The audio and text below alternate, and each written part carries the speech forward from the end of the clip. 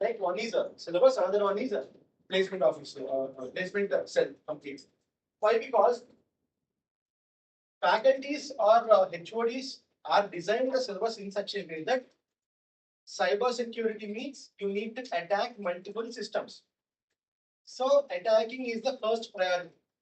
And you can't remove all the programming language subjects from the curriculum. They should be there. Core subjects like discrete mathematics, computer organization, operating system, those all should be there. Apart from these, cybersecurity subjects should be included. Then and only then the student is going to get placement in cybersecurity. So colleges are pulling on AML, data science, IoT, cybersecurity, different types of branches. AIDS, core machine learning branches. But again, after pulling 3 or 4 sections, again they are closing branches like cybersecurity and IoT. Why? Because a student who is studying AML and data science, he requires a little bit of different knowledge on programming language, like 2 different types of programming languages. One is Ruby and second one is Perl. Anyway, Python programming CSC faculty will be teaching to CSC students also. So only 2 different types of languages. If you include 2 or 3 small tools in their labs, it's enough for them to go for the test. But for cybersecurity, if you want to move into cybersecurity domain as a faculty, so the syllabus is not very properly aligned. So right now, I'll explain you. I will go through a small walkthrough for you to what industry requires from cybersecurity. So in cybersecurity, we have 2 different types of domains. First one is red team. Second one is blue. So red team is completely is on attacking. So in red team, the employees terms are like ethical hackers and pen testers.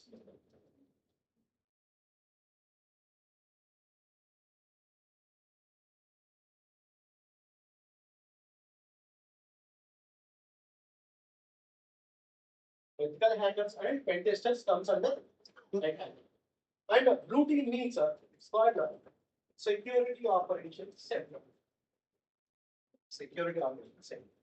So when I was in my bachelor's in 2012-13 like that, so ethical hackers, these kind of jobs used to have a huge demand. So what does ethical hacker do?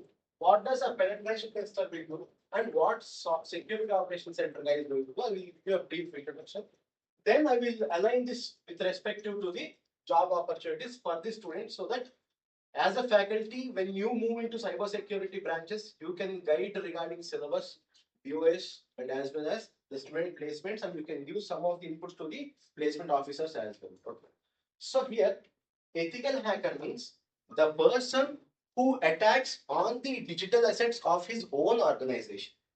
For example, you are a faculty in a college, you are in cybersecurity branch, and you have pursued ethical hacking certification.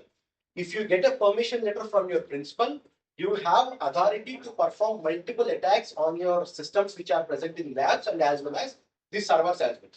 So that is the task of the ethical hacker. So whereas penetration testers are a little different, means like you have web applications, right? You have mobile applications, you have automobile applications as well. See, nowadays you have almost like my father has bought a 10 lakh rupees car called Tata Tiger. So it has the automatic bypass system, automatic headlamp system as well. That means something is triggering from the vehicle. So what is the particular thing? Those things are called as microcontrollers. So if you are from EC, you might get the thing. So microcontrollers, we will be going with embedded C program, right? So there also programming is there. So automobiles, whether it might be satellite or whether it might be IoT application, might be robotics.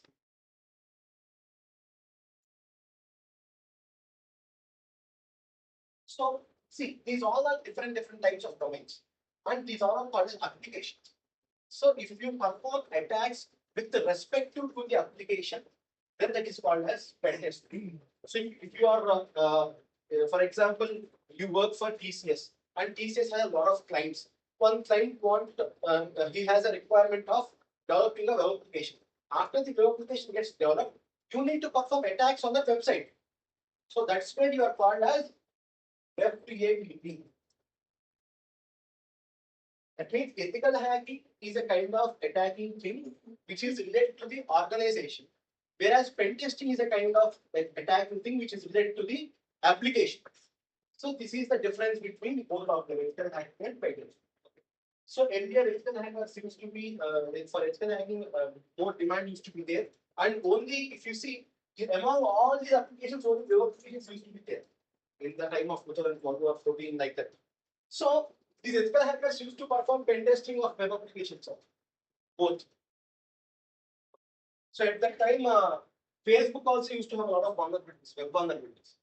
So after that, whenever these applications are getting increased, so they have mentioned that we will have pen testing. So this complete thing comes under attack. Next one is Security Operations Center.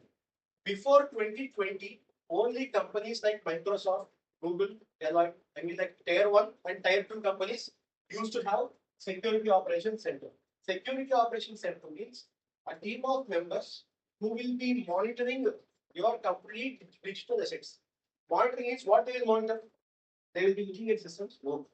So each and every system or each and every server generates multiple log files. So each and every log file should be monitored. That's what the SOC team will be doing. In this, multiple levels will be there: L1, L2, L3. After that, manager level. So different multiple levels will be there. So according to the level, the depth of the work will be there in the SOC. SOC comes under completely defending. Ethical hacking and pen testing completely comes under attack. So this is what the scenario is. And before 2020, the situation used to be like pen testers used to have a very good opportunities.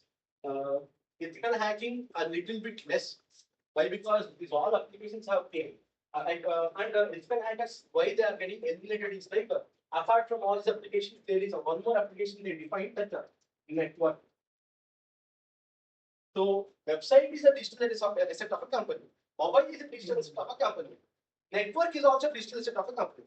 For all the things we are getting the names of pen testers, then what is the work of an ethical hacker? So that's where ethical hackers, the openings for ethical hackers have got increased. And right now the scenario is like pen testers, for example, if 100 members are there in the industry, 80 requirement is 80 government requirements. So 20 are still under layoffs or it's like on bench, like when it comes to pen testing. Why? Because see, pen testers, for example, total 100 different types of attacks are there. You know 100 different types of attacks, you will perform 100 different types of attacks. You will come in the morning to the office, till evening you will sit, or 3 or 4 or 10 attacks you will be performing. You will be going to home, you will get salary, you have a personal life, or a lot of things are there. You will be having a lot of cravings as well when it comes to weekends. But hackers don't have all these things. He won't be considering his family, he won't be considering his financial situations, he won't be considering any cravings that will come into his brain. Only craving that will be in his brain is like to attack something. So you know 100 attacks, okay. Till now, till date 100 attacks are only there. Is that nothing impossible like to get to like implement a new attack? They can implement, right, hackers. They can club 2 or 3 attacks and they can come out with new attack, which you don't know. Then ultimately the application will get attacked, right? If the application is going to get attacked, then what happens? The integrity of the application goes down. You see Swiggy and Zomato. Zomato has got attacked. Swiggy has not. So then Zomato's integrity will go down. So in that particular way, so these particular pen testers are okay, but still, for example, this software analyst will be there, right? They will be monitoring the things. They too don't know that it's an attack, but something abnormal has happened. When abnormal has happened, for example, SAR is there. From SAR's laptop's IP address, some abnormal thing has been happened. I can see the IP address, I can see the username. Then I will mail to SAR that, sir, is this the thing that has been done by you in this particular time period?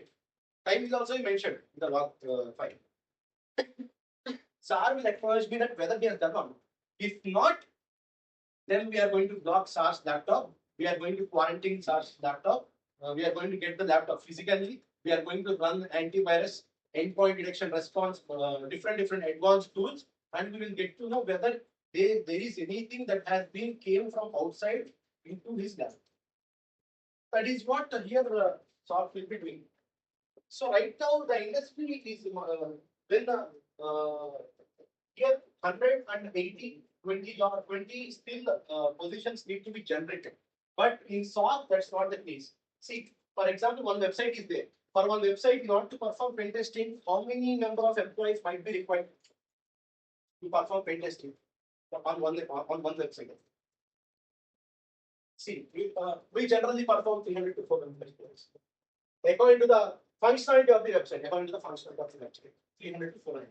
It might take like approximately 3 months to 4 months for me. Some clients will be there, dumb clients. They will ask within 3 days. We will put up and give. We can't do anything. Okay. So 3 months like that.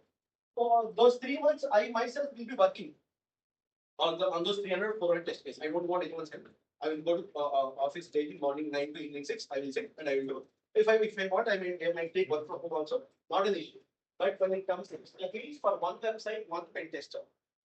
For the same website, if you want to perform like monitoring, log monitoring analysis, what you need to perform, you require 24/7 employees. Okay.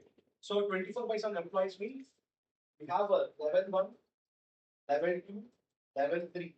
Level 3, one employee is compulsory required. Not 24/7. He will go with one shift. Okay. L2, 2 members are required. L1, 3 members are required. Each per shift. That means in total how many? 6 plus for L1, 1 team lead. L2, no team lead required. And for this entire thing, one manager is required. 6 plus 2 is equal to 8. That means for one website, it is 1:8.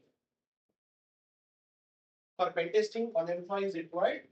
For SOC or log monitoring analysis, you can't when you have a website and when you are performing monitoring analysis on the website, you can't call it as SOC. Why? Because SOC means purely performing log monitoring analysis on the organization's assets. Apart from the organization asset, if website is also that belongs to that organization, that's also included as SOC only. But purely if we are going with website only, then you need to not only website, any application. Then you need to call it as log monitoring analysis. You can't call it as security analysis. Okay. So this is the ratio 1:8. So currently being floated. And colleges are majorly targeting on the syllabus of ethical hacking. One subject they are including. After that, web pen testing. Another subject is lab they are including. And after that, one subject 3D forensic they are including. In final year, after their placements, cyber law and investigation one subject. These are the 4 subjects included. You take from IIT Madras to till NIT Kurukshetra, everyone are following the same pattern. But the job pooling is on this particular. So you are going for that syllabus and forcing the placement cell get placement where placement cell definitely fail. Because already here 20 are left out. 20 employees are on bench. Then how you can again push 200 students or 300 students per college if you take almost like 100 colleges at least. That means almost like 20,000 going up. So here already it's in sinking ship. Why? Because what's happened in 2020 is like you guys might know Russia-Ukraine war has happened. So while that war has happened, Putin has performed cyber warfare. Cyber warfare means 2 countries fighting, performing a war through internet. It's called cyber warfare. So he just sent a PDF and he has done some social engineering. Social engineering means just writing some words where you can your mind can get manipulated. So first, what he has done, he has just bombed some bombs. then bombs fall on their country, then what people will do psychologically, they will get disturbed, right? So they will get afraid. So psychologically, he disturbed them, and after that, he has sent a PDF. On that PDF, there is some text like if you are going to open this particular PDF, you can get to know where it is safe for you guys to go. So they have opened that, and everyone opened that, including Defense Minister of Ukraine also. So all information has got leaked with it. So at that particular point of time, Germany is a very good supporter for Ukraine. So German government has taken a decision that at any point of time, Putin might invade Germany also. So they have taken some scenarios. They have taken some thing like they have gone through a diagram, architecture diagram where there are a lot of different types of products or parts categories there. Even if you are having, for example, to go to US like that, we try to book from ANC like ticket booking agencies, flight ticket booking agencies. So there, if you go to their office, you might see 5 to 6 systems and 2 routers like that. If that particular infrastructure is also present in your company should have security operations center. Otherwise, your business will be closed. And because you are doing business, and if anyone attacks on your business, ultimately you get lost. And if you get lost, you will be unable to pay tax to the government. Ultimately, government will get loose. Not only when war raised, in this particular way also, governments might get loose. So after that, after Germany has taken that particular decision, then all countries started going through this particular thing, and that's why earlier it used to be Microsoft and Google itself. Right now, for example, roughly if you are having a 10 million subscribers YouTube channel, you will also have some. If you are unable to bear the salaries, you will be outsourced. Earlier, SOC operations only used to be doing this particular tier 1, tier 2, that to protect the data which is present over there. But right now, that's not the case. So, lot of cybersecurity core companies have got evolved. What is the work of a cybersecurity core company? If I go with a startup of cybersecurity, then what is my work? I have to secure my company. To secure my company, I want nothing. There is nothing in my company. I want to secure other companies. Other companies means a lot of small organizations also requires this particular. So this is where, as a syllabus, you guys need to concentrate on for the students to get job opportunities. Almost like 45 lakh plus jobs are created. Whenever I open my LinkedIn, every 5 minutes I can see 30 to 40 job opportunities with only 2,000 connections. So what is the requirement of the SOC? A requirement for SOC is like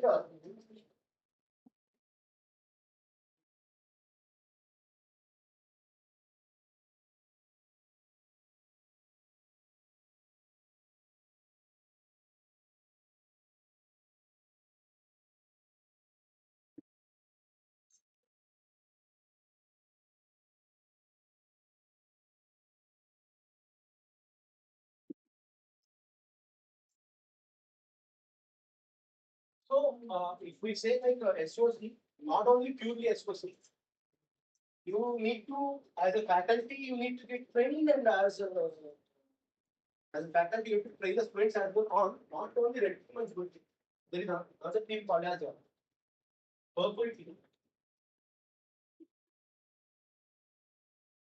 Combination of both the red team and blue team. So in blue team, in security operations sector, we have multiple categories. First one is SIEM. Second one is ADPS or NIDPS is also good. Next one is EDR.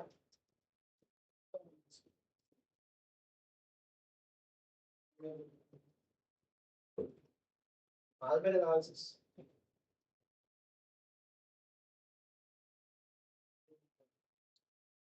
Email analysis. So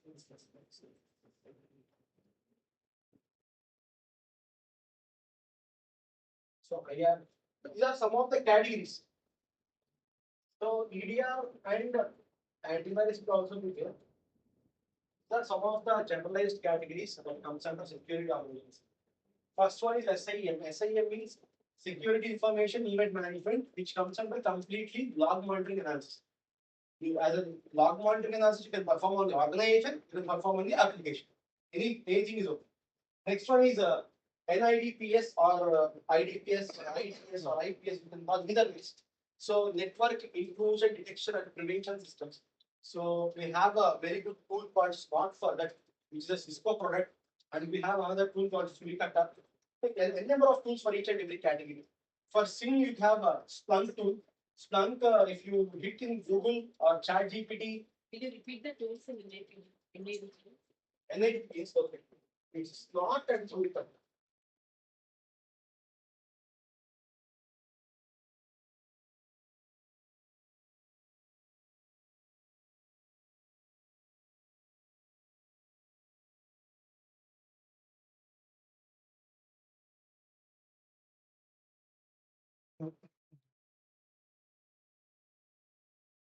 On the SIM is a you have a Splunk, Sentinel, QRadar,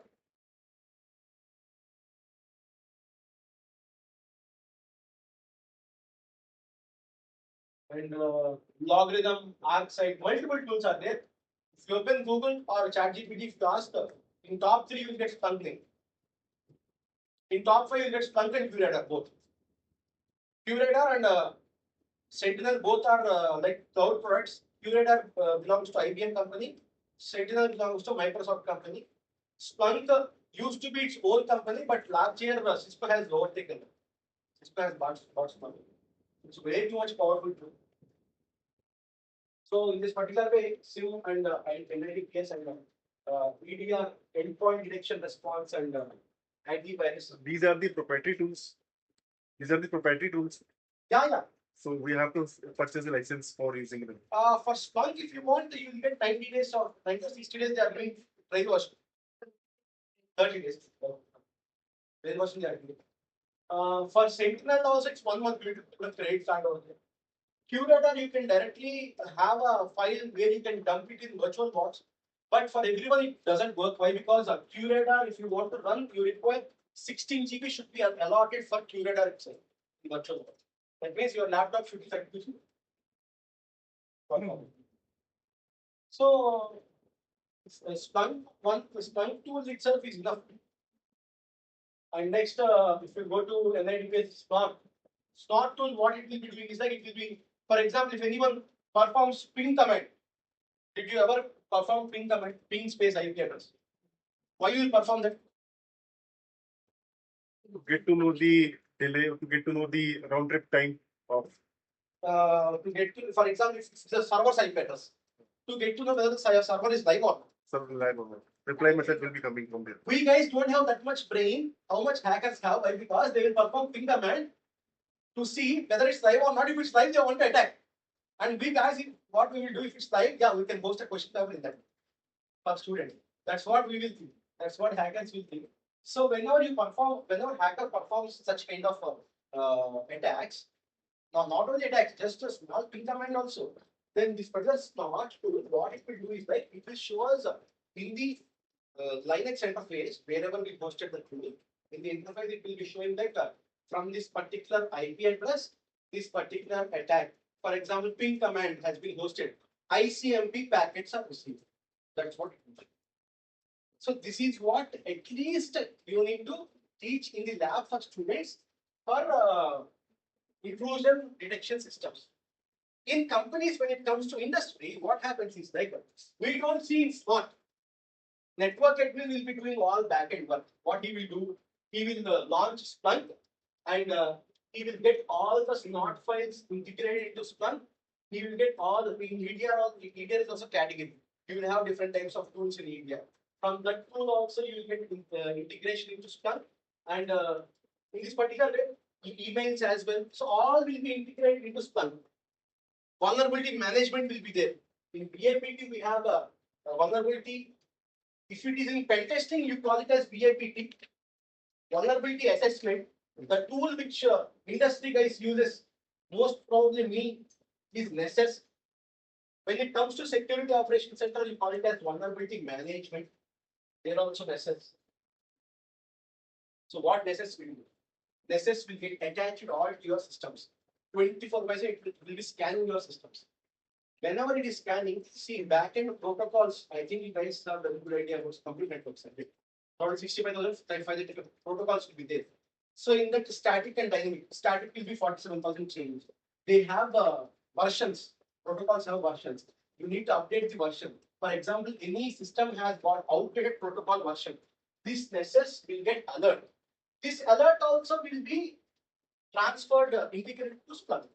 If we open Splunk, we can see all the events from almost like multiple systems. Each and every time some lakhs or sometimes it will be going for crores also. So here I have a question. So basically, when we talk about communication, we talk about socket. Socket is a combination of port and IP address. So basically, we have two things: port and IP address that has to be considered in security aspects also. But when we define a single port number as a transport service access point or IP address as a network service access point, then that has its own identity, and that identity is known to the person who has deployed that.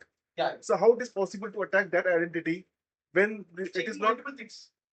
Checking multiple things. See, you are speaking about the communication that is being happened between SSL and Splunk. The person is not going to attack SSL. He is going to attack a system where SS is deployed for scanning. Yes. 300 systems are there. On 300 systems, he might select one system. See, at any point of time, if you want to attack anything, you should be physically present in that network to perform a good attack. Performing phishing attacks, sending some links or exploiting, that is not the proper attack. If you see Delhi aims, after Russia-Ukraine war, these many countries has taken those many measures. Delhi aims where all central government ministers or prime minister, each and everyone whoever gets sick, they will go to there itself, right? Delhi aims is the all the servers and systems are under attack from almost like 4.5 years. I placed 2 members there. Not my own time. 2 members, one got fired because he tried to showcase extra subject. So that's how the things are happening. So attacks are always internal. Attacks will be, if you want a successful attack, it should be internal. Why? Because see, if you are outside of the network, you need to build an attack, and after that you need to port forward it. From your port to it should get transferred to that particular. IP address is completely different, right? They might have private IP. Yes. If you are inside, if you are in that particular network, it will be easy for you. Yes. Port forwarding is not required. Yes. Directly. So basically, we have to protect ourselves from our neighbors. So in order to see that particular each and every second, we monitor all these things in the tool called Splunk. So Splunk has different types of language, like how in VBMS queries will be there. Same way Splunk has all those languages. You can simply give those queries. You can check. So till checking, it's the work of L1. Just remember one thing. As a fresher, L1 is enough. But industry expectation is L1 should be able to perform L3 work, which is a worst proposal. Why? Because nowadays companies don't require employees. They are firing employees. At that particular point of time, they need the very happiest thing on in cybersecurity is I was unable to see any layoffs in my company, in my own companies, in my own friend circle. There was zero layoffs. Bench for pen testers, it is there, but it's very less. So they're expecting L3. If you need to place a student in a company, L1 is not, but they're asking for L3 knowledge. So what L1 will do, he will just check all the things in Splunk, and he will, for example, if you are giving a query, if you get the answer, since Splunk knows only storing, you need to ask a question to Splunk. Then Splunk will show you. When, for example, for a question you got the answer, that means it's a alert or incident. People call it as. You got an incident. What do you mean by incident? Event. Oh. Difference between accident and incident. Unknowingly happened, accident. Knowingly happens, incident. Okay. So if Splunk is showing you some data, if you give a query, that means those all comes under incidents. Okay. In incidents, you have two different kinds of things. One is a false positive, another one is true positive. False positive means, for example, SAR has went to UK, for example. He took his laptop with him. Or, for example, he is in Hyderabad itself. When he logged in, he stunned, I am getting an incident that this particular laptop has got logged in out of this window. His zone is Hyderabad, and for example, his village is near Warangal.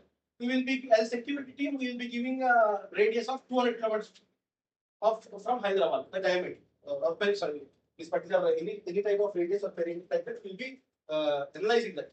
And if you are crossing that thing, then what I will do, I will get the incident right. Then I will mail to SAR that whether you went to travel to UK and logged in from there, or whether you have used any VPN. Then SAR will respond. If he uses VPN, he will respond, or if he gets travels to UK, he will respond. If he responds like on that day I'm on leave, or on that day I haven't used my system for the login, then that's called true positive. If he responds properly, correct, then that's called as false positive. Attack is not done. He has only done something, for that's detected and telling that this is an incident that we do. So this is the work of anyone. Just getting to know, communicating with others, giving queries in span, and getting the data. So this is the work of L1. And L2 work is like, for example, alert has got victim. L1, what he will do is he will escalate it to L2. Escalate means he will push that attack to L2 to solve. Then L2 will take the IP address. What is the information that is present in the log file? He will read the complete information. There are a lot of different types of tools online, like threat intel tools, so where you will get information. If you are putting some information which is present in the log file, if you are giving to the tool will be giving you much more information. Then we can directly block that particular IP address or take some action. That is called incident response.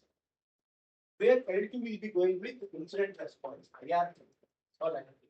So incident response team members who work for Microsoft, their salary will be above 35 lakhs. Our Hyderabad unit. Now my cousin used to work here. She used to draw a salary of 38 lakhs per annum. So next one is L3. L3 is like threat hunter.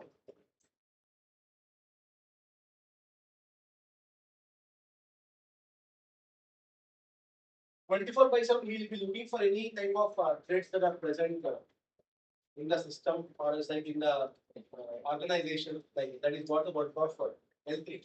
Companies are expecting L3 work, and here one more disaster thing which is happening is like apart from SOC, we have another particular domain also called network operations. Both combinedly, it's called as NSOC. Network Security Operations Center. If you are able to integrate all these things, you are able to integrate all these things into Splunk, that means you are working for NSOC. And in college, in computer network subject, we have routers, hub, all the devices. Those all devices, students will have hands-on experience. 3 months back, I attended an interview. I never had hands-on experience on devices. He is asking me about for this particular version hub, how many ports will be there? I never seen a hub. I don't have access to network team or server team. I have only virtual access. So these all things, CCNA, CCNP, CCIE, CCD, these also like earlier it should not. It is not like that. Earlier the interviews on cybersecurity used to be very normal, just 4 or 5 questions. It's done. But now because of these restrictions, they are going way too much depth. Provide jobs. Zscaler is a company which is hiring a lot.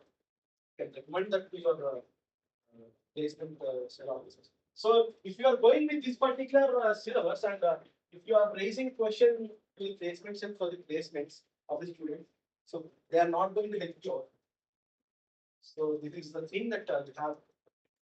And for autonomous college, I don't think so. It's way too much issue. Why? Because they can push their syllabus limits will be always a little bit more than the normal college.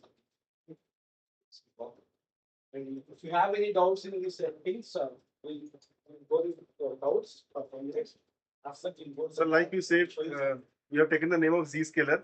Apart from these, any other companies you can suggest where we can hold? Virtusa is there. Virtusa is there. All MNCs are there. All MNCs require good coverage. These kind of last year one of the student has got raised for 18 LPA, Bangalore.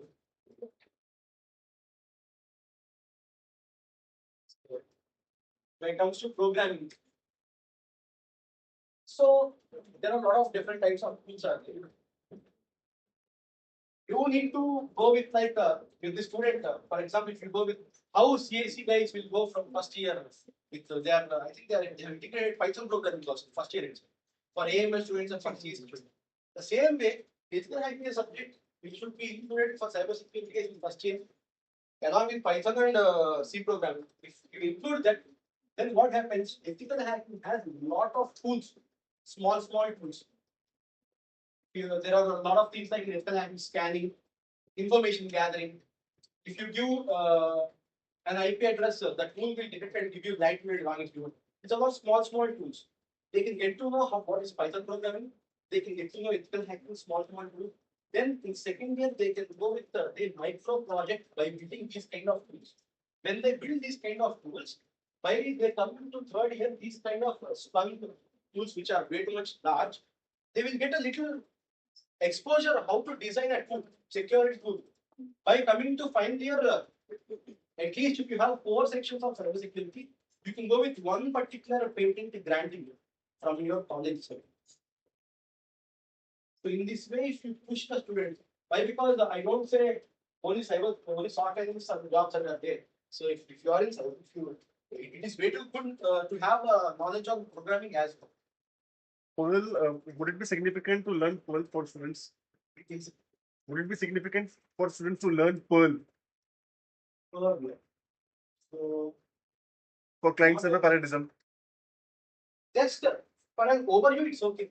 To To design some proper the keys will be there. Like means like if you are attaching that particular device to the computer or laptop, it is going to crack the password. Okay. So for those things to design, you need to go lower level language. Go programming is there, implemented by Google. So if you write a program in Python, antivirus will detect. If you write a same program in Go, antivirus can't detect. So for these kind of things, it is good. But if you encourage students in these kind of things, there might be some headaches also. So I have once I was there in Bangalore. So he gets back. I was showing it's a 6 days workshop, VAPT, core VAPT workshop. We will be covering almost like 2 years depth in that. And once again, he's sitting in the first row, he's very much anxiety towards subject. He's doing attacks, very good. And the third day, I have shown him to perform like to buy a cake which is costing 9,000 to 1 rupee. After I have shown him, after that 2 days, he was not available in the session. Fifth day, he came to the session and he asked me that, sir, today it's my birthday. We are having some party. You need to come to my room. So in the evening, I went there. And only I was there. There was a very shocking surprise for me. I was there. He was sitting there, and his girlfriend also came to his flat. And he has opened his bedroom. All Kit Kats are falling. What are these Kit Kats? His girlfriend has got shop, and he is saying like these all Kit Kats have got with 1 rupee. That's a shocking for you. And these many Kit Kats, my girlfriend loves Kit Kats, so this is a shocking. The very next day, I went to him and I submitted all the proofs. I took from his laptop. He has got arrested. The girl has known. She has got married also. She has sent me marriage invitation from US. This fellow is in jail. So these are the regulations also should be posed on students. If we pose any regulations like that, students are not going to get affected from us. And moreover, we don't pose many things because As industry experts, we can't behave as a backend. But while you teach to students, you have some rights like you will be having a lot of things, major projects, labs. So at least by showcasing those marks, you can force students to behave legally. That is good. Otherwise, there not any document where we can bring the awareness to them legally.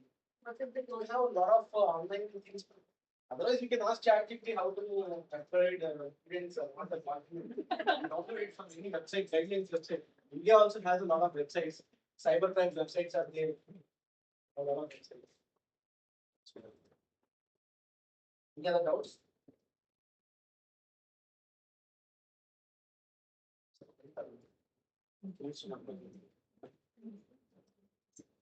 So actually, I don't take 3D sessions. Don't complete hands-on. So yesterday also, I informed that please ask every faculty to bring their laptop or share the links as well. Two links. Maybe it's a bit boring, but that's a afternoon session. You can get theory from ChatGPT also.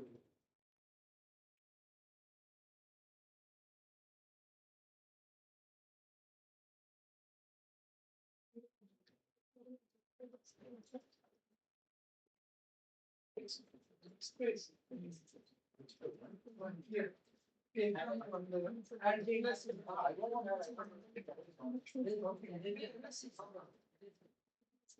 need to arrange meet to arrange 15 votes. No, it's okay.